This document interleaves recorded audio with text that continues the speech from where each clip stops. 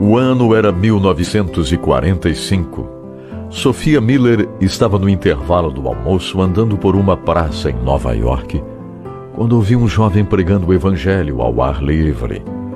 A jovem desenhista aproximou-se e ficou ouvindo, e no momento do convite ela aceitou a Jesus como salvador de sua vida. Sophia voltou para o escritório onde trabalhava, sentindo uma alegria muito intensa em seu coração. Deus tinha um grande plano para a vida daquela moça franzina, baixinha. Por volta de 1949, Sophia Miller disse: "Eu vou ser missionária." Decisão tomada, Sophia deixou a América do Norte em direção à Colômbia.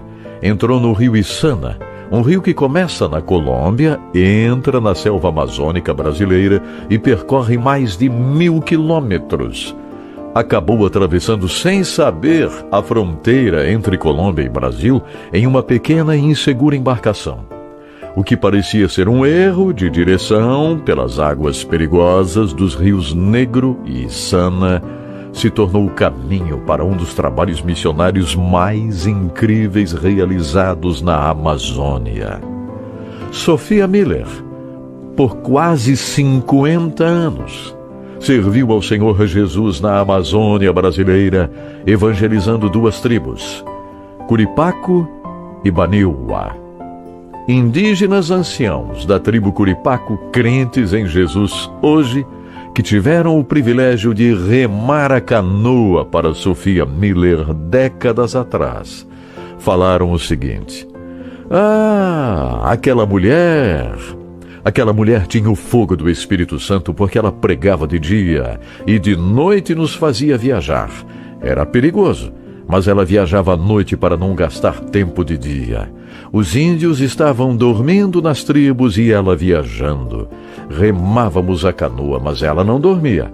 Ela usava o seu candeeiro, uma pequena lamparina, e durante a noite ela traduzia o Novo Testamento para a língua Curipaco.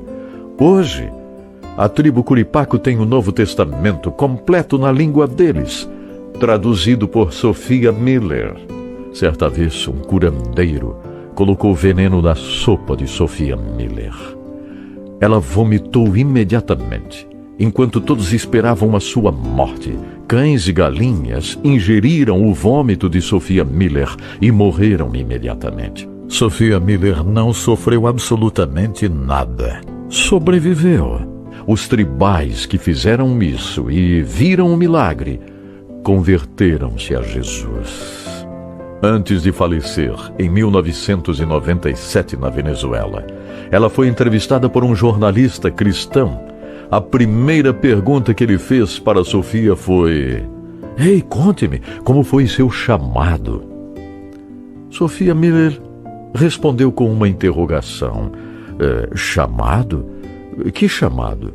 O que você está falando?" O jornalista insistiu. "Chamado, seu chamado missionário. Todo missionário tem um chamado. Como foi o seu?"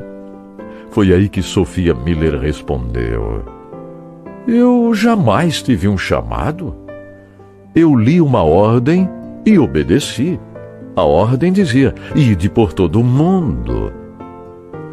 Esta ordem fez Sophia Miller deixar o conforto de seu país, embrenhar-se na selva amazônica, viver por quase 50 anos na Amazônia, pregando a palavra. Quando ela morreu, aos 85 anos, centenas de indígenas se reuniram para celebrar a vida de Sophia Miller na Venezuela.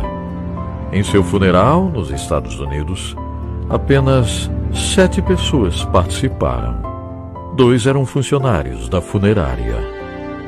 Uma pergunta agora: qual o nosso conceito de chamada? Será que a leitura de uma ordem também é o suficiente para nós? Ou será que esperamos vozes vindas do céu ou um chamado mirabolante? Para Sophia Miller, foi o suficiente quando ela leu esta ordem de Marcos 16:15 e disse-lhes Jesus: ide por todo o mundo.